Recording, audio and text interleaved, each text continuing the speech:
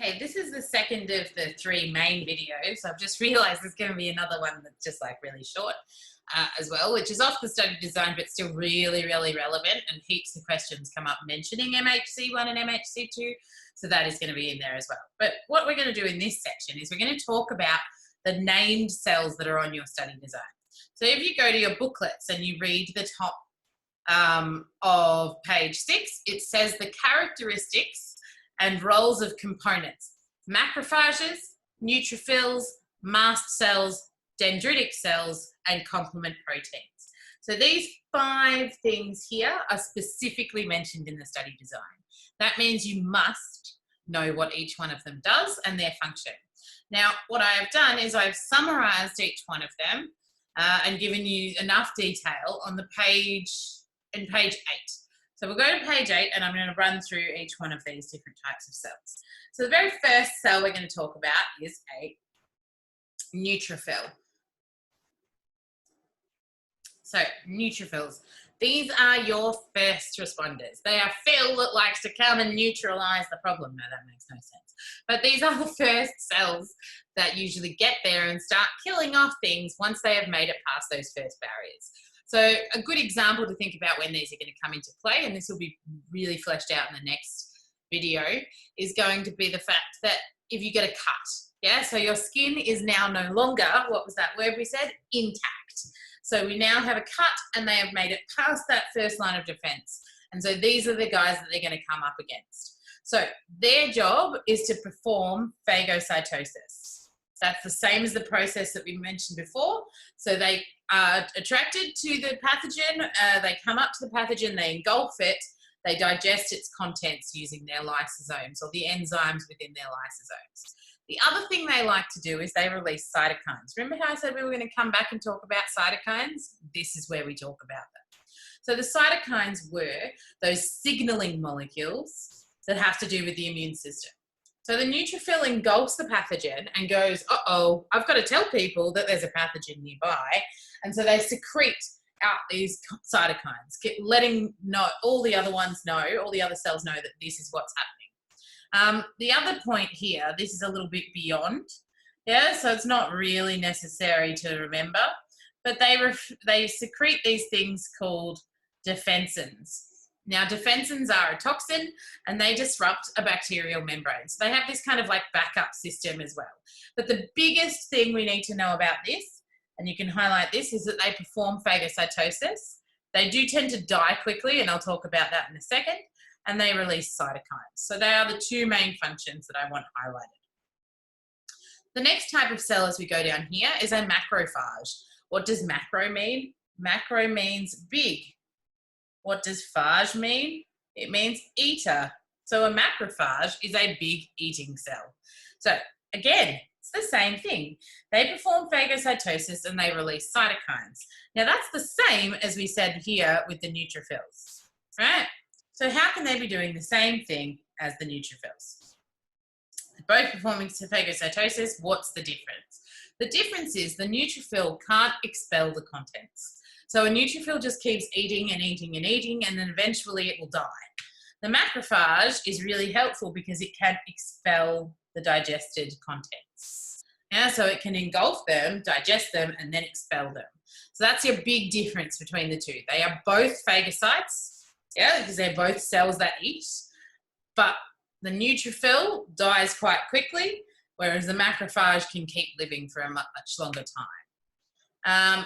The next one is we've got another phagocyte, and that's one called a dendritic cell. Now, the reason it's called a dendritic cell, particularly for those of you that have done psychology, can you see all of these dendrite-looking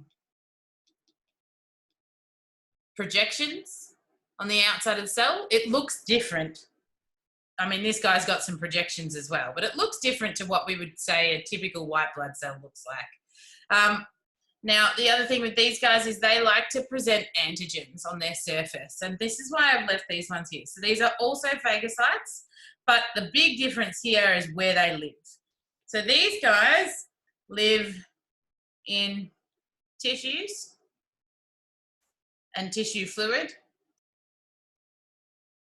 as do the neutrophils as well. They're all in their tissue fluid. the difference with a dendritic cell is that now we're going to live in the lymph nodes. And there's a whole lesson that we're going to do on the lymphatic system, but this is where these guys live. They live in a different place in your body. So they are still a phagocyte, they are still engulfing, they are still doing what we call presenting antigens, and that makes more sense when we get to the adaptive immune system, but they live in a different spot.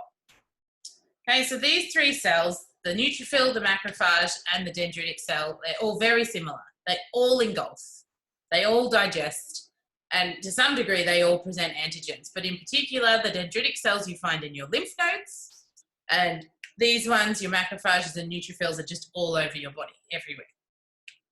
Okay, the last type of cell you need to know in your innate immune system is a mast cell. Now these guys don't engulf. Way, yay, we've finally got one that's a bit different. So I often draw them in my pictures as being little ships with a mast. Yeah. Now these guys, their whole job is to secrete this substance called a histamine. Now, if you have any allergies, you will completely have heard this word before. What do you do if you get hay fever? You take an antihistamine. So we do learn about hay fever a bit later on, but histamine does a particular function.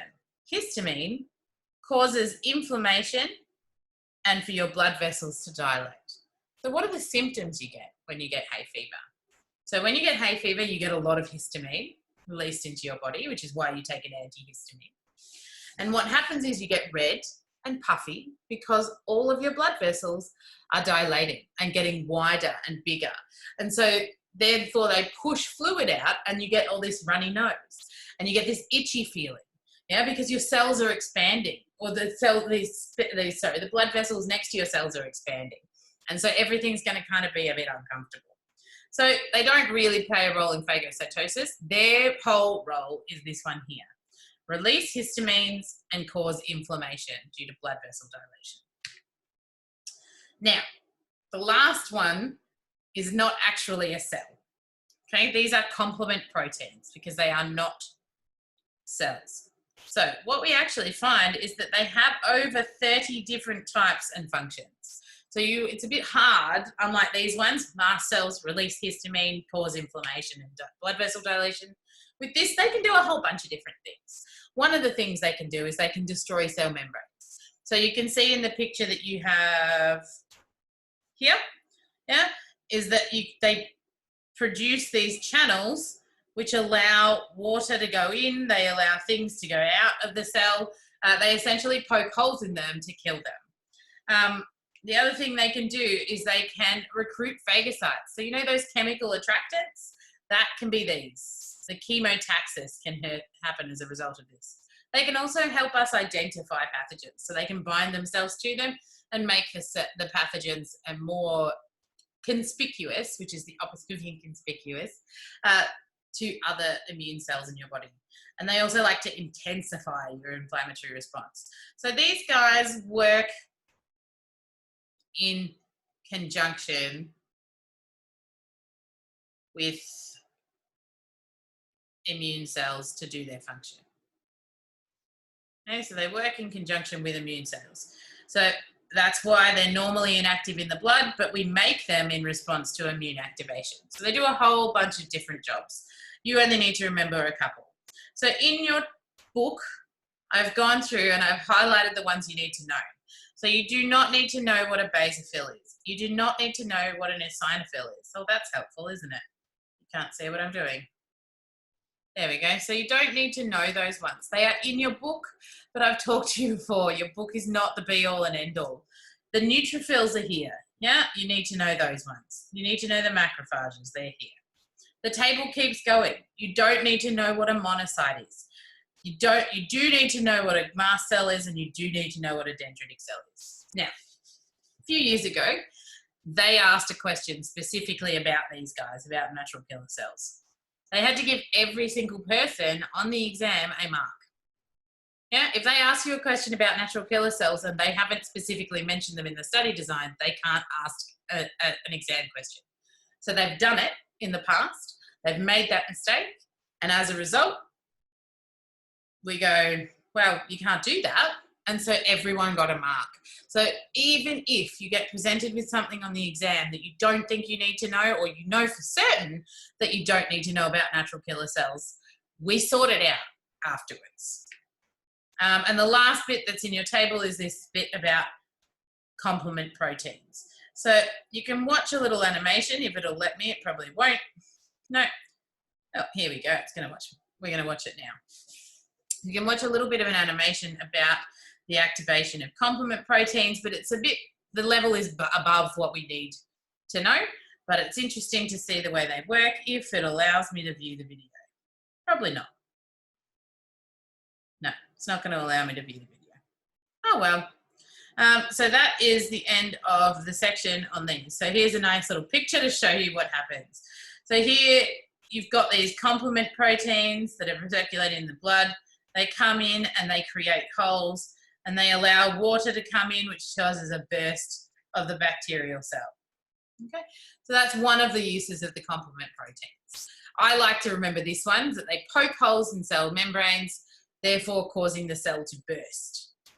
And that's a really nice explanation for what some complement proteins do.